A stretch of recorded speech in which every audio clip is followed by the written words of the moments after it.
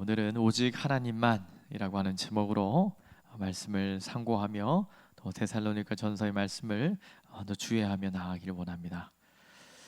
데살로니가 전서 2장은 우리가 하나님과 교회를 어떻게 섬겨야 할지에 대해서 지혜와 교훈을 주는 본문입니다. 여러분, 성경 어디에서도 저와 여러분에게 바울처럼 목사나 선교사가 되어야 한다고 가르치지 않습니다. 그러나 목사가 되든 선교사가 되든 평신도로 지내든 상관없이 오늘 본문에서 바울이 가르쳐주는 한 자세가 있습니다. 바로 하나님과 교회를 섬기는 자세를 보여주고 있는데, 오늘 본문을 통해서 하나님과 교회를 섬기는 자세를 바라보며 도전을 받는 시간이 되었으면 좋겠습니다. 먼저 1절을 보면, 형제들아 우리가 너희 가운데 들어간 것이 헛되지 않은 줄을 너희가 친히 아나니, 이렇게 말씀합니다. 우리가 교회와 하나님을 어떻게 섬겨야 할지를 생각할 때 먼저 우리가 기억해야 할 것이 있습니다. 그것은 저와 여러분에게 대적이 있다고 하는 사실입니다.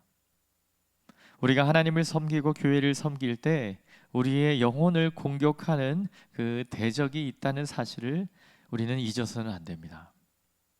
그 대적은 우리를 어떻게 공격합니까? 오늘 1절을 봅니까? 이렇게 이야기합니다.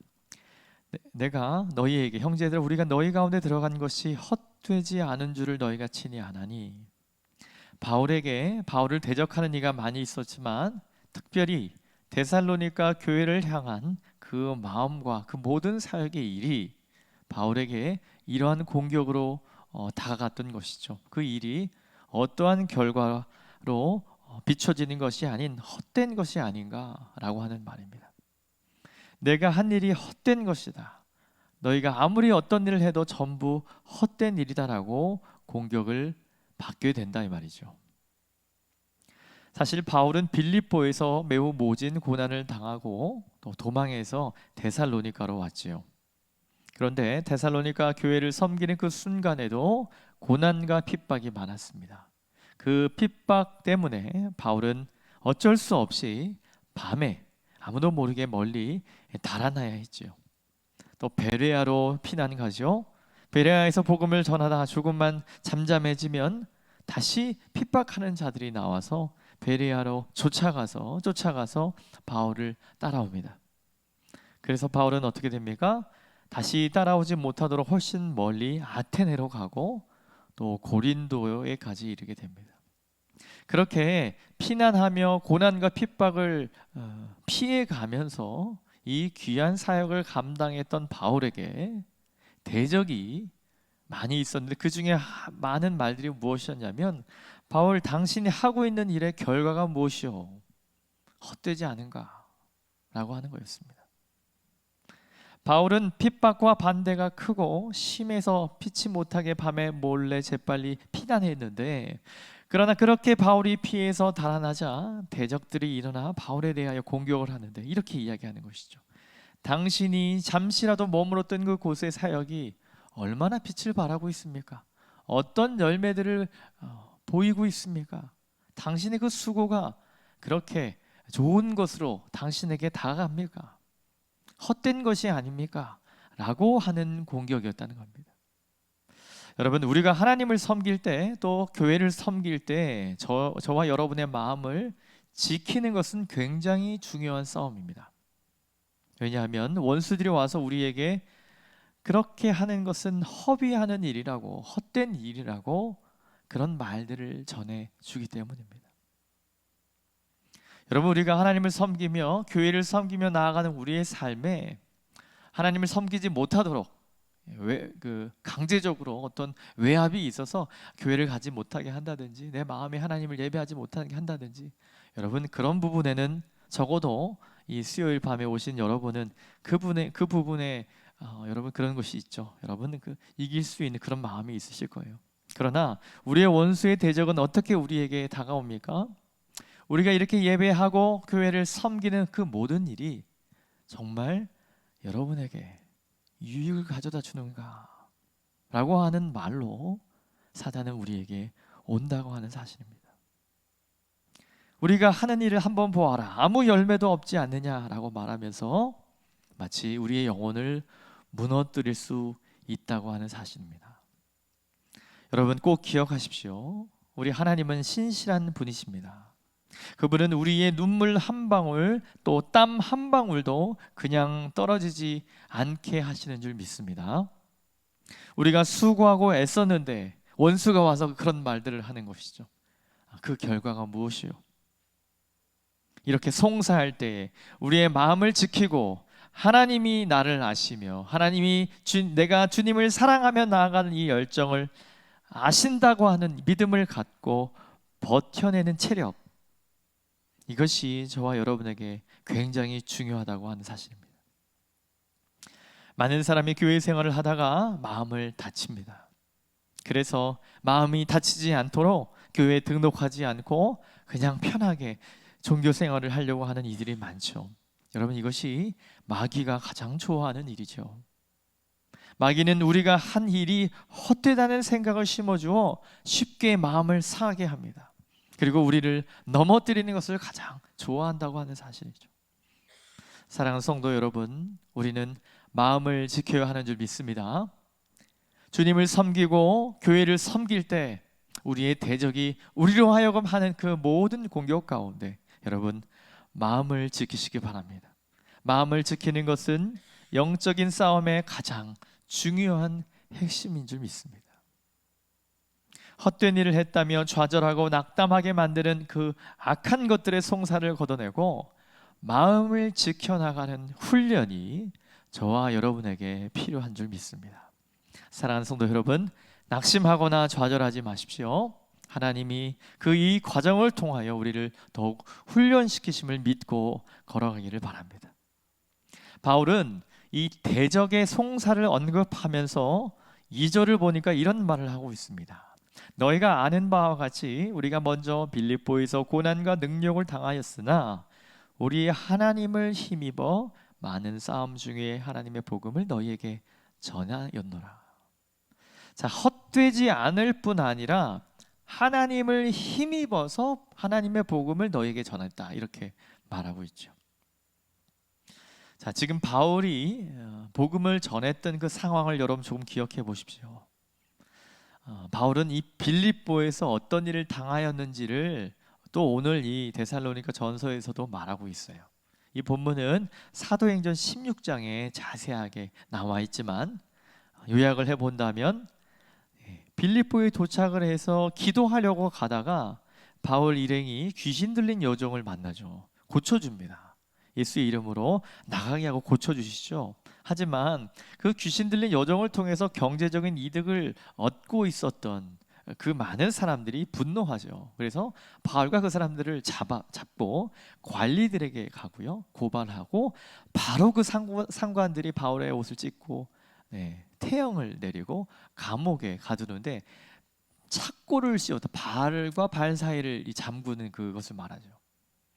아주 극도한 그 잘못을 저지른 이 죄인에게 처하는 일들을 막 행하죠. 사실 나중에 바울은 이런 말을 또 합니다. 사실 내가 로마 시민인데 묻지도 않고 부당한 처우를 받았다, 이렇게 이야기는 하지만 여하튼 바울과 또 실라가 이 감옥에 갇혀 있는 사건이 빌립보에서 등장을 하죠. 여러분, 하지만 어떻게 되지요? 하나님이 기적적으로 지진이 일어나서 나오게 하셨죠. 자, 그렇게 기적을 체험을 하지만 빌립보에서 도망 나온 이 바울과 실라가 어디로 가죠? 데살로니가로 가고요. 또 그 가운데 몇 달 있다가 안 돼서 또 고난이 있어서 또 도망하게 된 베레아로 가고 아테네로 가고 고린도로 가는 이 여정이 바울에게 계속됐습니다. 그러니까 한 번도 이렇게 시원한 곳에 와서 좀 안식하거나 좀 영적으로 충전된다고 말하는 표현처럼 이렇게 좀 평안을 누릴 시간이 없었던 거예요. 고린도 지역에서 편지를 지금 데살로니가 성도들을 기억하면서 눈물로 편지를 쓰고 있는 그 시점도 바울이 편하게 사역하고 있지 않았다는 것을 볼 때 우리는 여러 가지 관심과 의구심을 갖게 하지요. 여러분, 극심한 고생을 하고 고난에 고난이 겹치면 어지간하면 어떻게 되죠? 그만두죠. 그리고 멈춥니다. 일단은 멈추고 생각을 해보죠. 좀 쉬게 하시는 건가? 왜 이렇게 사역이 잘 이루어지지 않고 멈추게 하실까? 조금 이렇게 전도가 되는 것 같더니만 도망가게 만드시고 왜 이러실까? 자, 바울의 여정에는 고난이 거듭되는데도 바울은 절대 포기하지 않고 계속 같은 일을 했어요. 계속 예수를 전했죠. 여러분, 그 이유가 어디에 있었을까? 여러분 한번 고민해 보십시오. 예를 들어 우리가 어떤 일을 했을 때 사람들이 저와 여러분을 칭찬하고 그에 상응하는 어떤 대가를 준다면 그런 대가를 기대하고 일을 할 수가 있겠죠. 교회 안에서 어떤 일들 여러분 열심으로 섬겼는데 많은 분들이 알아주고 박수 주시고 권사님 집사님 섬김이 너무 좋았어요. 여러분 기분이 좋을까요? 안 좋을까요? 네, 감사합니다. 네, 좋으시겠죠. 그러고 난 다음에 감사도 하고요. 나를 통해 하나님이 교회를 섬기게 하셨고 많은 성도들로 이런 아름다운 칭찬을 듣게 하니 감사하고 기쁨의 날을 보내시겠죠. 그런데 그 다음 주에 또 담임 목사님이 어떤 그런 비슷한 일을 누군가 섬기길 원하신다면 여러분 손을 들까요? 안 들까요? 네, 여러분은 안 들겠지만 저는 들 것 같습니다. 제가 하겠습니다.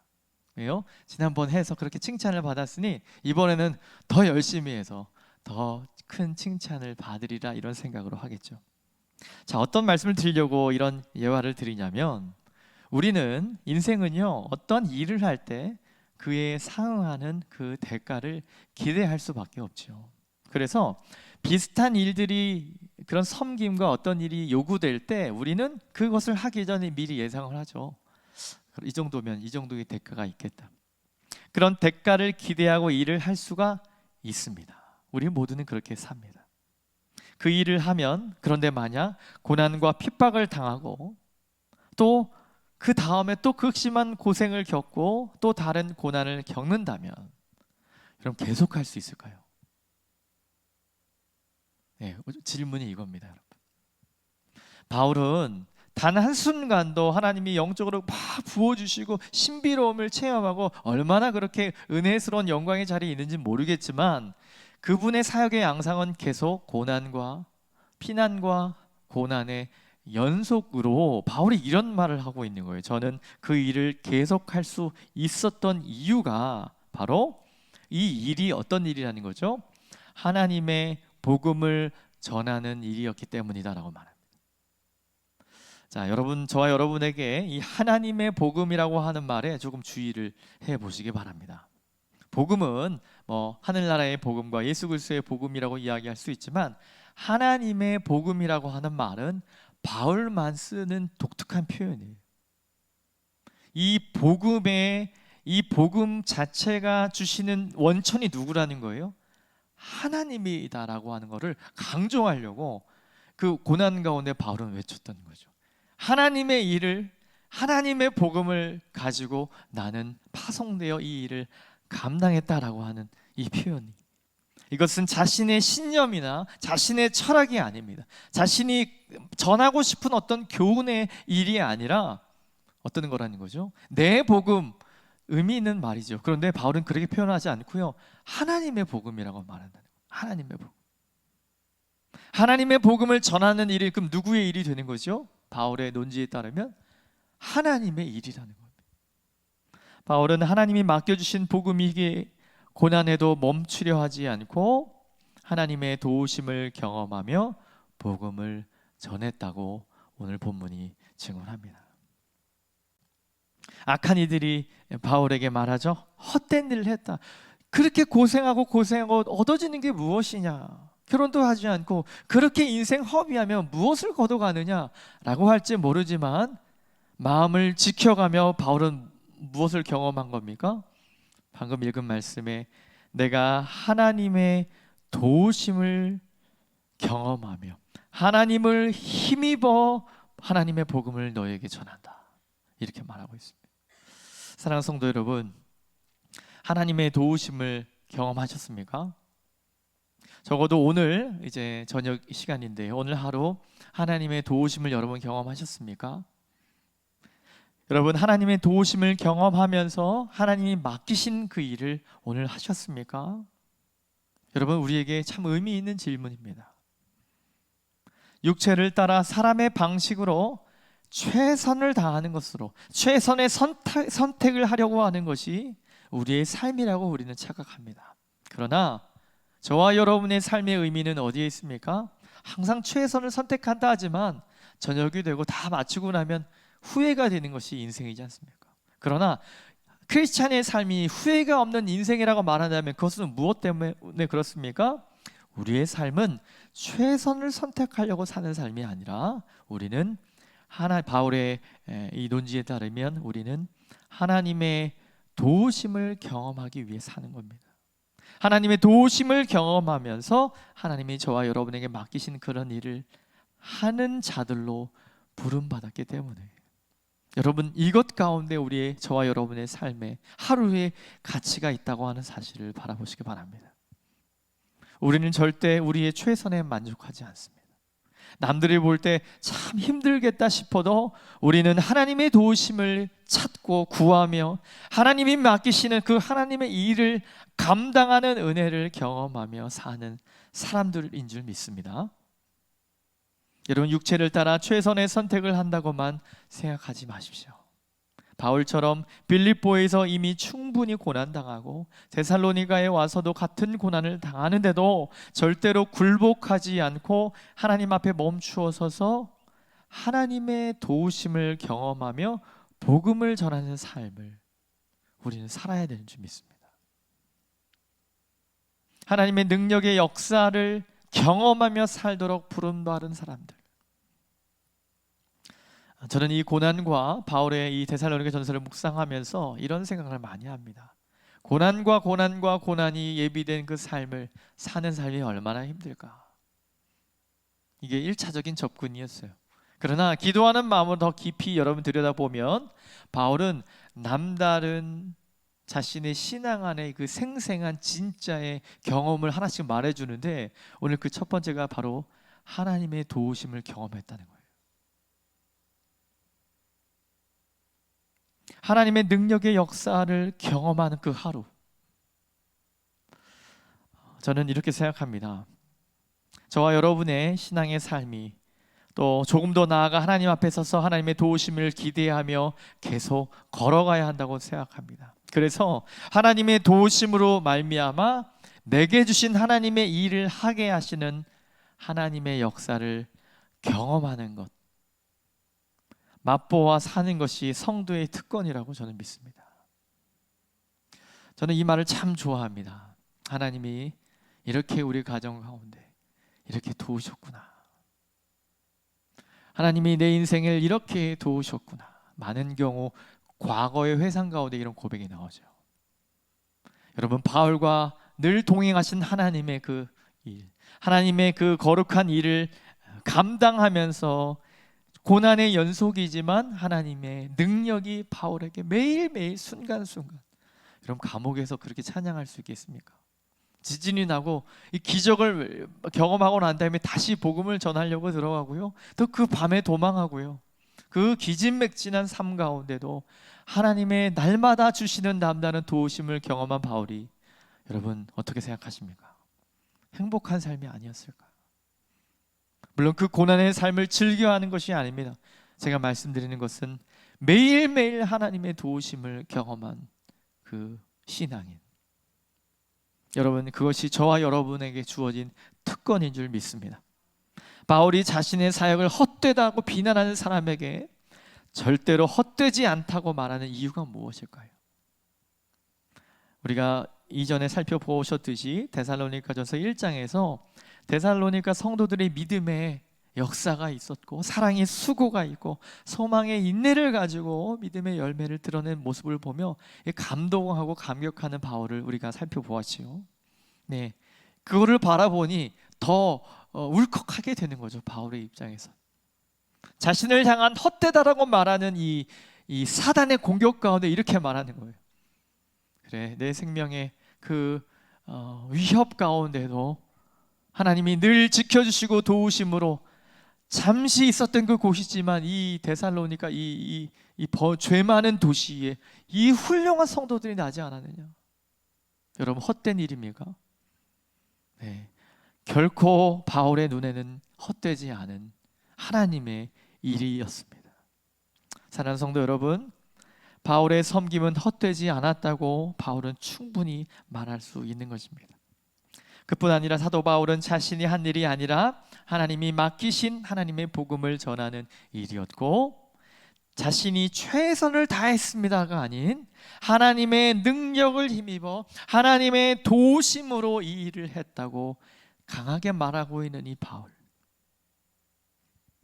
사랑하는 성도 여러분, 저와 여러분이 이와 같은 믿음의 싸움을 싸워 나가기를 기대합니다. 그저 육체를 따라 세상 사람들이 사는 방식이 아니라 예수를 믿는 자로서 하나님의 도우심을 경험하는 삶을 살기를 기대합니다. 그래서 자신의 인생을 돌아보며 하나님이 나를 부르셔서 이렇게 도우셨구나, 하나님이 이렇게 도우셨구나, 하나님이 도우셨구나. 여러분, 그 순간이 가장 행복하지 않을까. 하나님의 도우심으로 하나님의 부름을 잘 감당하는 성도가 되기를 바랍니다. 이어서 바울은 많은 고난에도 자신의 부름을 신실하게 감당할 수 있었던 또 다른 중요한 이유를 3절에서 이렇게 말합니다. 우리의 권면은 이 사역이죠. 우리의 사역은 간사함이나 부정에서 난 것이 아니로 속임수로 하는 것도 아니라. 아마 여러분, 대적들이 바울에게 가장 많이 공격한 부분이 이거였던 것 같습니다. 그 사람의 그 일을 하는 동기, 목적이라고 할 수도 있겠죠. 어떠한 동기로 그 일을 하고 있는가. 바울이 도저히 살펴볼 수 없는, 생각할 수 없는 어떤 동기길래 그런 일들을 하는지 이렇게 부정했던 것이죠. 당신 부정한 동기로 그 일을 하고 있는 거 아니요? 이렇게 묻는 겁니다. 마음속에 탐심이나 경제적인 이익 추구나 인기에 대한 욕망이나 명성을 얻고 싶은 욕심을 품고 있다고 정직하지 않고 순전하지 않는 동기로 사람들에게 간사함이나 행하고 사람을 속여서 인기나 명예를 얻으려고 그렇게 하는 거 아닙니까? 라고 비방할 때 바울은 이렇게 말하는 거예요. 저는 그렇게 사역한 적이 없습니다. 그래서 바울은 이렇게 얘기하죠. 나는 간사함이나 부정함이나 속임으로 권면하는 것이 아닙니다. 4절 상반절에 뭐라고 얘기합니까? 저는 오직 하나님께 옳게 여기심을 입어 복음을 위탁받았습니다. 자, 여러분, 바울이 지금 자신의 그 공격을 어떻게 풀어가는지 방식을 한번 보십시오. 철저히 누구 중심입니까? 하나님 중심적입니다. 그 중심이 하나님에게 있습니다. 자신에게 그 삶의 그 동기가 부정하다고 공격하는 사람들을 향하여 바울은 이렇게 얘기해요. 하나님이 나를 옳게 보셨기 때문에 나는 할 수 있다. 여러분, 하나님께 옳게 여기심을 받는다. 이 여기다라고 하는 단어에 여러분 좀 찾아보니까요, 이 금속을, 철을 재련하다라고 하는 뜻과 같이 사용하더라고요. 철을 재련해서 안에 있는 불순물을 다 빼내고 순수한 그 금속을 얻어내려고 하는 그 재련하는 것, 그것이 여기다라고 하는 표현과 어원이 같습니다. 무슨 얘기죠? 하나님께서 나 바울을 그렇게 연단하시고 여기셔서 내가 그런 일을 감당할 수 있었으니 절대로 그런 일들을 나는 행할 수 없었다라고 하는 것이죠. 지금 바울은 이렇게 말하는 겁니다. 너희가 나를 어떻게 공격할지라도 하나님이 나를 옳게 여기셨고 그 결과 하나님의 복음을 내게 맡기셨다. 이렇게 변론하고 있습니다. 사랑하는 성도 여러분, 위탁받았다라고 하는 것은 우리가 또 우리가 계속적으로 바라보는 우리 청지기의 삶에 대해서 우리가 또 예배로 나아갔던 걸 기억하시죠? 성도가 이 세상을 살며 하나님을 섬기는데 또 교회를 섬기는데 매우 중요한 개념이죠. 위탁받음, 청지기의 사명. 여러분, 저와 여러분에게 주신 이 인생, 여러분, 그 인생이 하나님께 위탁받았다고 하는 사실을 여러분 동의하십니까? 그렇다면 그 가운데 하나님의 영광이 있는 줄 믿으시기 바랍니다. 종교개혁자들은 이 진리에 대해 우리의 눈을 열어 매우 중요하게 도전한 것이 하나 있는데 바로 이것이 직업 소명에 관한 이야기였어요. 단순하게 어떤 특정한 직업이 하나님이 주신 것이다라고 하는 얘기가 아닙니다. 일터에서 일하는 것이 하나님의 소명이라고 믿음의 선배들은 믿었다라고 하는 겁니다. 종교개혁자들은 이 땅을 살아가면서 직업을 단순히 돈을 버는 수단으로 여기지 않고 어떻게 받아들인 거라고요? 하나님이 부르셔서 연단하셔서 재련하셔서 나에게 맡겨주신 일이라고 생각했다고 하는 겁니다. 그래서 마틴 루터는 이런 말을 했습니다. 목회자였기 때문에 직접 인용해 드리겠습니다. 내가 강대상 위에서 여러분에게 설교하는 것이나 여러분이 소젖을 짜는 일이나 똑같이 하나님을 영화롭게 하는 일입니다 라고 가르쳤어요.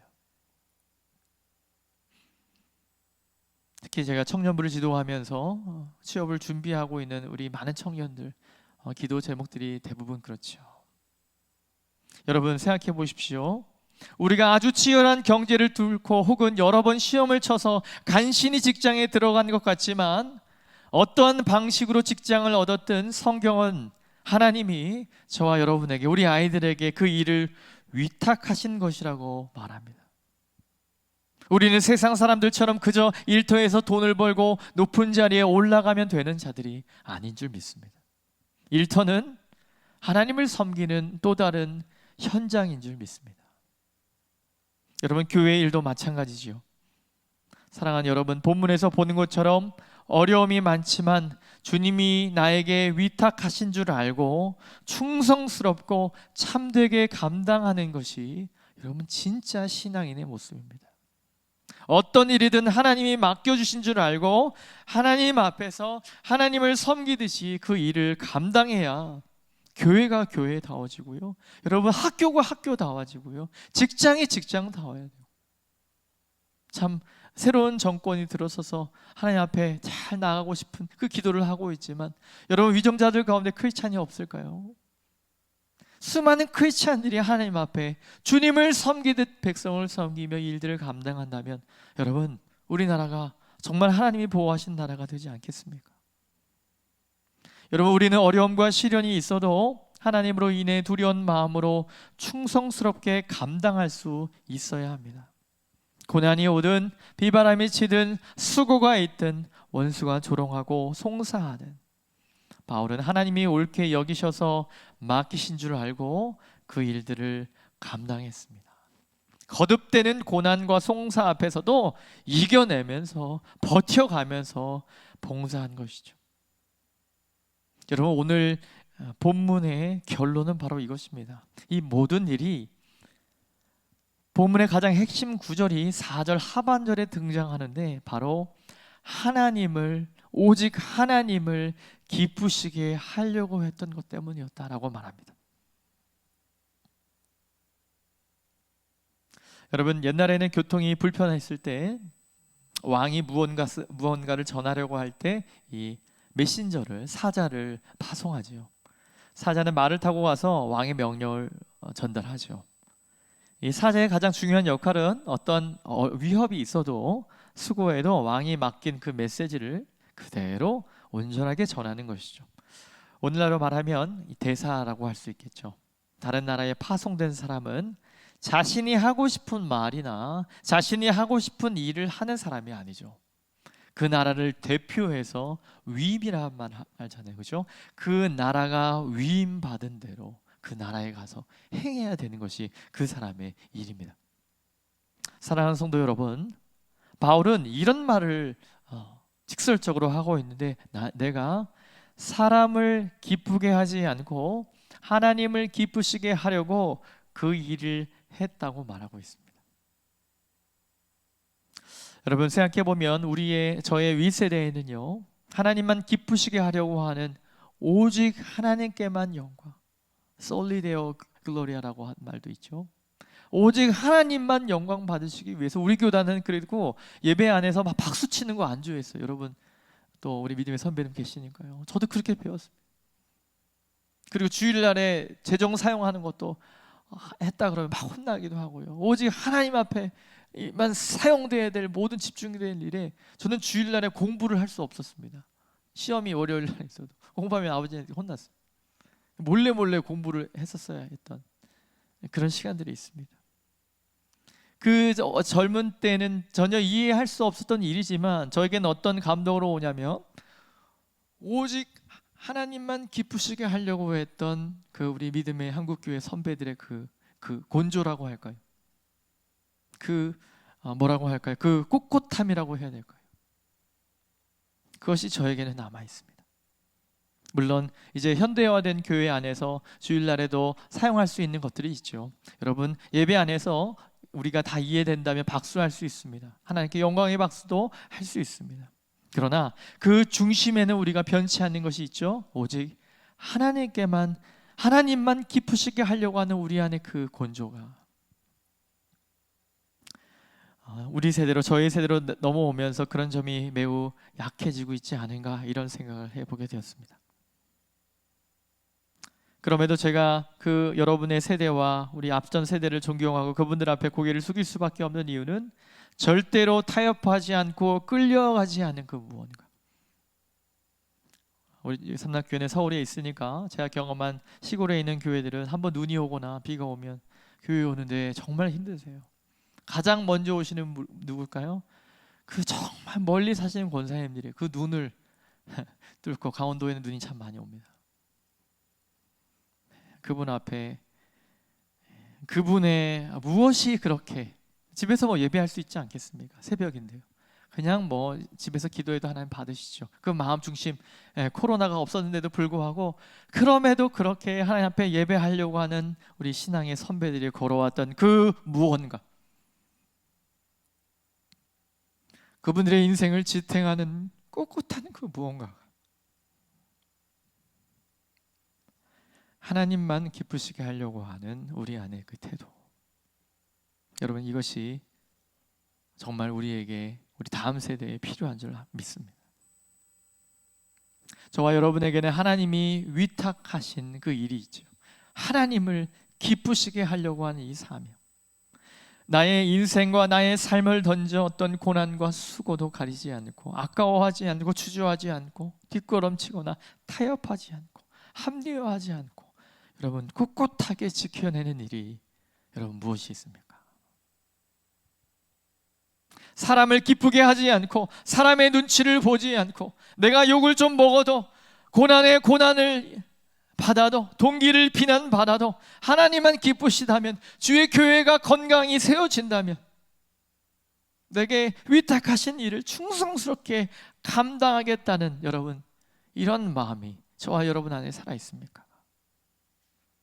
주님을 기쁘시게만 할 수 있다면 어떤 대가를 치러도 아까워지 않던 우리 많은 우리 신앙의 선배들의 모습이, 또 이 바울이 보여주는 이 모습이 저와 여러분의 삶에 조금은 잃어가고 있는 모습이라고 한다면, 여러분 다시 한번 오늘 이 밤에 회복하기를 바랍니다. 주님 앞에 부름받아 부름을 감격으로 느끼며 모든 것을 하나님 드려 주님을 섬기겠습니다. 주님만 섬길 수 있다면 아무것도 아깝지 않습니다라고 생각하던 그때와 지금, 여러분 무엇이 가장 달라졌습니까? 그 꼿꼿함과 그 거칠거칠함을 자꾸 잃어가고 있지는 않습니까? 사랑하는 성도 여러분, 바울은 자신의 삶을 지탱하는 표대를 다시 한번 세워놓고 한 번 더 자신의 대적을 향해 변론합니다. 5절을 보니까 너희도 알거니와 우리가 아무 때에도 아첨하는 말이나 탐심의 탈을 쓰지 아니한 것을 하나님이 증언하시느니라. 여러분, 아첨한다고 하는 말은 듣기는 좋지만 진실한 유익이 없는 말이에요. 여러분, 아첨의 말인 이것입니다. 이 옆에 있는 사람이 듣기에 좋은 말을 지금 당장 하고 있는 것이에요. 그러나 그 대화가 있고 나면 이 들은 사람도 별로 유익하지 않은 말이에요. 어떤 것만 남습니까? 나만 좋은 거예요.